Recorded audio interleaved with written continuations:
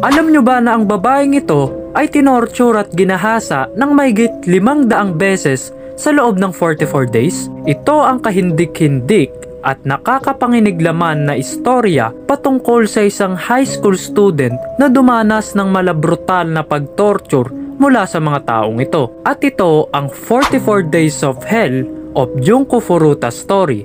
Si Junko Furuta ay isang Japanese high school student na popular sa kanilang paaralan. Siya yung tipong babae na papangarapin mong maging girlfriend dahil sa ganda, pagiging mabuting estudyante at aktibo nito sa kanilang paaralan. Niwala rin itong kahit anumang bisyo. Sa sobrang popular nito sa kanilang school ay halos nasa kanya na ang lahat dahil napakarami nitong manliligaw at kahit ang iba niyang mga kaklase ay inggit na inggit sa kanya.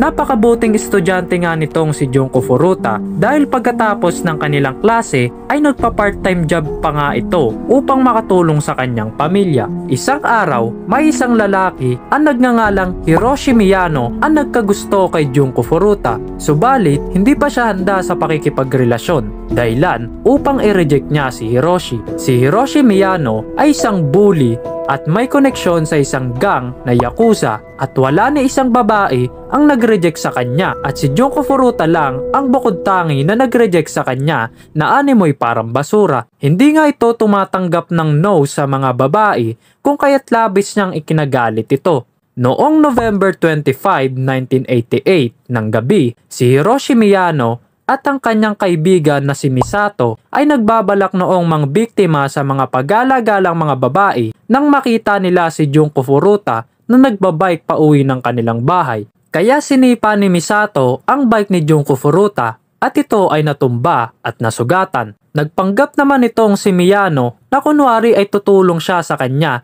at tutulungan siya makauwi ng kanilang bahay kung kaya't pumayag itong si Junko Furuta na sumama. Ngunit ito na pala ang magiging huling araw niya at dito na rin mag-uumpisa ang kanyang impyerno sa kamay ng taong ito sa loob ng 44 days. Noong nadakip na nila si Junko Furuta ay dinala nila ito sa bahay ni Miyano